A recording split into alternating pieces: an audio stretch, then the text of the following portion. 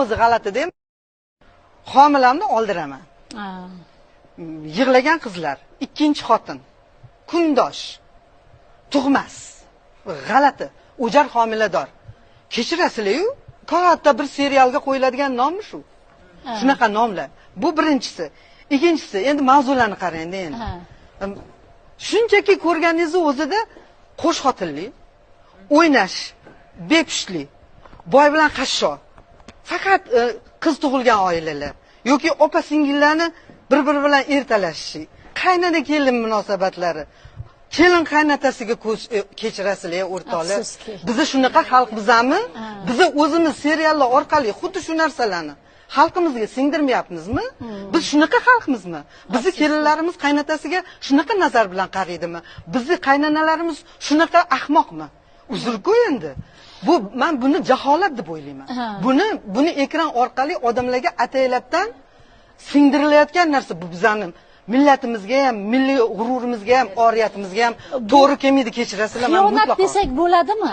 Odamlarni vaqtini o'g'irlash. Millatga xiyonat deyman men buni. Chunki umuman kerak emas.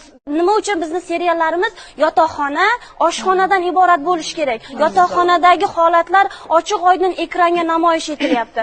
U o'zbek qizlari, kechirasizlar, bizning mentalitetimiz bundan boyroq emasmi? Kechki payt beriladi ko'proq telenovelalar. Lekin o'shalarni ko'rishga tarqatib bo'lgandan keyin ashula aytilardi. Shu Erkin akami o'zbegimini aytilishda bir voqea bo'lgan. Yangi yodlaganman. Studgaradoyda unda student edim. Shu Achavodni yonida bitta joyda to'y bo'lgan. To'yda endi hali chochlar mayaga tushadi, stilyaga. Hali bolalar aytdiki, shu o'rtog'imiz ham bitta ashula aytib bersin dedi. Ashlachilar mikrofon yo'q unda. Aytib o'tirgan ekan, endi aytib bo'lgan, osh tarqatish kerak ekan. Berishdi navbat. Torini beryapti, uka uzib yubormang dedilar hofizlar. Bo'pti aka dedi. Doirachi turmadi ham endi, shuni mana aytardi dedi-da. Mikrofon yo'q. Keyin shunday o'rtaga chiqib, torni olib shunday chiqsam, hali o'rtani boshqaradigan odam oshni tarqatib yuboringlar dedi. Buni mana aytardi dedi-da. Doirachi ham turmagan, o'zim yakka. Oldimdan 20 ta 30 ta tovoq o'tyapti, qo'lida tovoq odamlar. Baland tardadan endi mikrofon yo'q, eng baland pardadan aytish kerak. Tarixingdir. Men asrlar ichra pinhon o'zbegim deb baqirib aytuvdim. Mana shu osh ko'targan odam shunday to'xtadi, tavba. Butun dunyodagi hamma yo'q jim bo'ldi. Badanlar jimillab, tuklar, sochlar unaqa bo'lib ketgan, tikka bo'lib ketgan.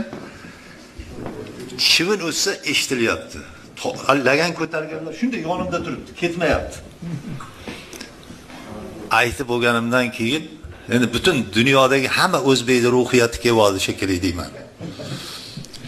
Aytib bo'lganimdan keyin bo'ldi haligi to'yxona. Qochdim men endi. Shu o'sha birinchi aytilishi o'zbegimni shunaqa bo'lgan.